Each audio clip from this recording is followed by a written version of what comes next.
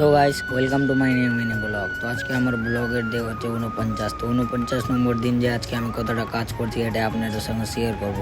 তো সকাল টকাল উঠে আমি চলে আসলাম এখন বাস ধরার জন্য বাস স্টেশন। তো এখন যাব সেই সাইডে, কালকে যে সাইডে গেছিলাম ওই সাইডেই যাব। আর কালকে কিন্তু হয়েছে মুম্বাইয়ে বৃষ্টি, তো বৃষ্টির জন্য মানে আজকে হয়েছে সকালে। তো ফাইনালি এখন ট্রেন ধরে আমি বেরিয়ে গেলাম সাইড যাওয়ার উদ্দেশ্যে। আর এখানে এসে আমি চলে গেলাম এখন সাইডে লিফটে চেপে গেলাম আর চেপে চলে যাব এখন ট্যারিসে। তো ট্যারিসে এসে এবার ড্রেস চেঞ্জ করে আমি আবার চলে গেলাম উপরে কাজ দেখার জন্য, মানে কী কাজ করব সেটাই দেখার জন্য। তো আজকেও মানে গ্রিলই ঘষতে হবে।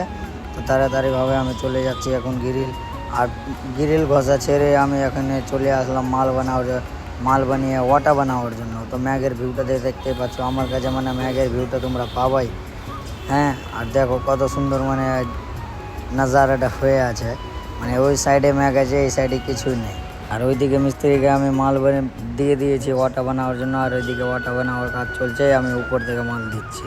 তো মাল দিতে দিতে এখন হয়ে গেল আমার লাঞ্চ। তো আমি লাঞ্চ টাঞ্চ করে একটু বসেছিলাম, আর বসার পর আমি আবার চলে যাব এখন কাজে। আর কাজে না আসতে আমার সঙ্গে হয়ে গেল একটা দুর্ঘটনা, মানে আমার পাউটা পুরো একদম পাতরাটা কেটে গিয়েছে, অনেকটা কেটে গিয়েছিলো। তো তার জন্য আমি ব্যান্ডেজ করে ডাক্তারের কাছে ট্যাবলেট লেসে ট্যাবলেট খেলাম পানি দিয়ে। আর খাওয়ার পর এখন আমি আছি বসে, মানে ওইদিকে আমি এখানে নিচে বসে আছি আর উপরে মানে কাজ মানে গ্রিল ঘষার কাজ চলছে। তো দুজন এখানে মানে গ্রিল ঘষার কাজ করছে আর আমি এখানে বসে আছি। তো ফাইনালি এখন হয়ে গেল আমার ছুটি, কেন কি পা কেটে গেছে তার জন্য আমি সকাল করে নিলাম ছুটি।